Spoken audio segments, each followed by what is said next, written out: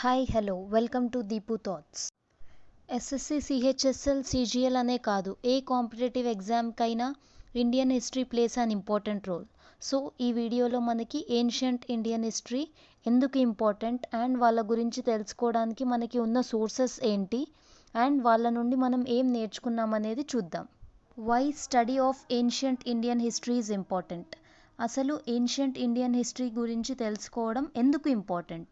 Ancient Indian history ద్వారా అసలు earliest cultures అంటే ప్రాచీన సంస్కృతి ఇండియాలో ఎక్కడ ఎలా డెవలప్ చేసుకున్నారు, అగ్రికల్చర్ అంటే వ్యవసాయం ఎలా స్టార్ట్ చేశారు, స్టాక్ రైజింగ్ అంటే పశువుల పెంపకం ఇది ఎలా చేశారు తెలుసుకోవచ్చు. ఇవే కాకుండా న్యాచురల్ రిసోర్సెస్ అంటే సహజ వనరులని ఎలా వాడుకున్నారు, అసలు ఎలా కనుక్కున్నారు అనేది ఏన్షియంట్ ఇండియన్ హిస్టరీ ద్వారా తెలుసుకో. మనకి ఏన్షియంట్ ఇండియన్ హిస్టరీ గురించి తెలియడానికి అసలు సోర్సెస్ ఏంటి? ఫస్ట్ వచ్చేసి మెటీరియల్ రిమైన్స్ అంటే fossils of humans, plants and animals. అప్పటి మనుషులు, యానిమల్స్ చనిపోయిన తర్వాత భూమిలో హీట్కి అంటే వేడికి మరియు ప్రెషర్కి ఒక రాయిలాగా మారిపోతాయి. దాన్ని ఫాజిల్ అంటాము.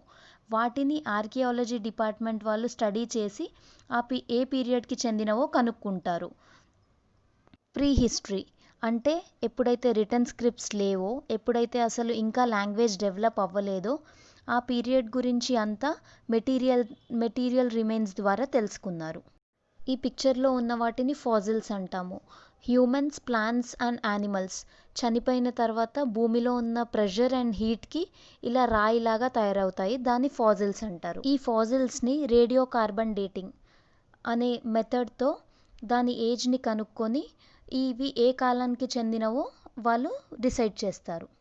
నెక్స్ట్ వచ్చేసి కాయిన్స్ అండ్ ఇన్స్క్రిప్షన్స్. తవ్వకాల్లో దొరికిన కాయిన్స్ అండ్ ఇన్స్క్రిప్షన్స్ వల్ల అవి ఏ పీరియడ్కి చెందినవో తెలుసుకోవచ్చు. అప్పట్లో పేపర్, పెన్ ఏవి లేవు కాబట్టి అప్పట్లో ఏదైనా రాయాలంటే స్టోన్ పైన లేదా ఏదైనా వస్తువు పైన రాసేవాళ్ళు. వాటిని ఇన్స్క్రిప్షన్ అంటారు. అప్పట్లో పేపర్ కరెన్సీ ఉండేది కాదు, వాళ్ళు మెటల్ కాయిన్స్ యూస్ చేసేవాళ్ళు. ఈ కాయిన్స్ అండ్ ఇన్స్క్రిప్షన్స్ వల్ల కొంతవరకు మన ఆర్కియాలజిస్ట్ మన ఏన్షియంట్ హిస్టరీని తెలుసుకున్నారు. ఈ పిక్చర్స్ చూడండి, అప్పట్లో యూస్ చేసిన కాయిన్స్ అండ్ ఇన్స్క్రిప్షన్స్. నెక్స్ట్ వచ్చేసి లిటరరీ సోర్సెస్. 2500 BC నుండి మన ఏన్షియంట్ ఇండియన్స్కి రాయడం తెలుసు, కానీ ఆ లాంగ్వేజ్ని మన ఆర్కియాలజిస్ట్ డెసిఫర్ చేయలేకపోయారు, అంటే అర్థం చేసుకోలేకపోయారు. ఫస్ట్లో చెట్టు బార్క్ పైన, పామ్ లీవ్స్ పైన రాసేవారు.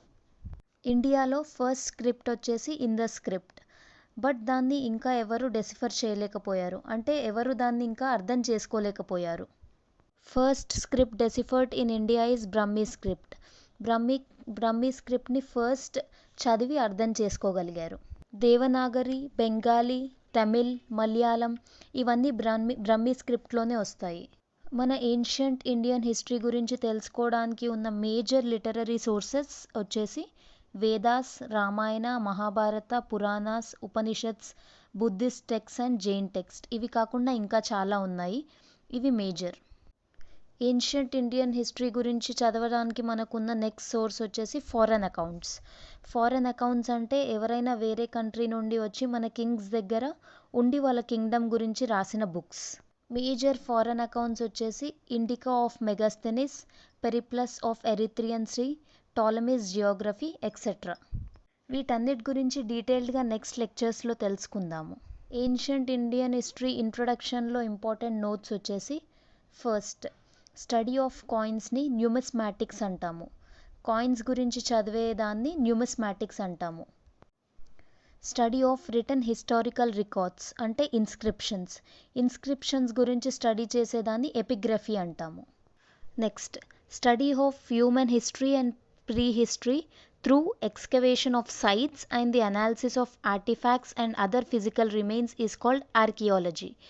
మొత్తం హ్యూమన్ హిస్టరీ గురించి, ప్రీ హిస్టరీ గురించి ఈ కాయిన్స్ ద్వారా, ఇన్స్క్రిప్షన్స్ ద్వారా, ఫారెన్ అకౌంట్స్ ద్వారా మనం ఏవేవైతే సోర్సెస్ అనుకున్నామో అవన్నిటి గురించి చదివేదాన్ని ఆర్కియాలజీ అంటారు. ఈ పిక్చర్లో ఉన్న వాటిని ఆర్టిఫాక్ట్స్ అంటాము. ఆర్టిఫాక్ట్స్ అంటే తవ్వకాల్లో దొరికిన ఏవైనా కుండలు, సీల్స్, బీడ్స్, ఏవైనా బోన్స్, ఇవన్నిటిని ఆర్టిఫాక్ట్స్ అంటాము. Study of old writing used in inscriptions and other old records is called paleography. ఇన్స్క్రిప్షన్స్లో యూజ్ చేసే పాత రైటింగ్ని స్టడీ చేసేది పాలియోగ్రఫీ. ఇన్స్క్రిప్షన్స్ గురించి చదివేదేమో ఎపిగ్రఫీ, అందులో యూజ్ చేసే రైటింగ్ గురించి చదివేదేమో paleography. Next point, Indus script is a first script, but అది ఇంకా ఎవ్వరూ డెసిఫర్ చేయలేదు. ఈ స్క్రిప్ట్ని బోస్ట్రోఫెడన్ స్టైల్లో ఉంటుంది. ఈ స్క్రిప్ట్ అంటే first line left to right రాస్తే second line right to left రాస్తారు.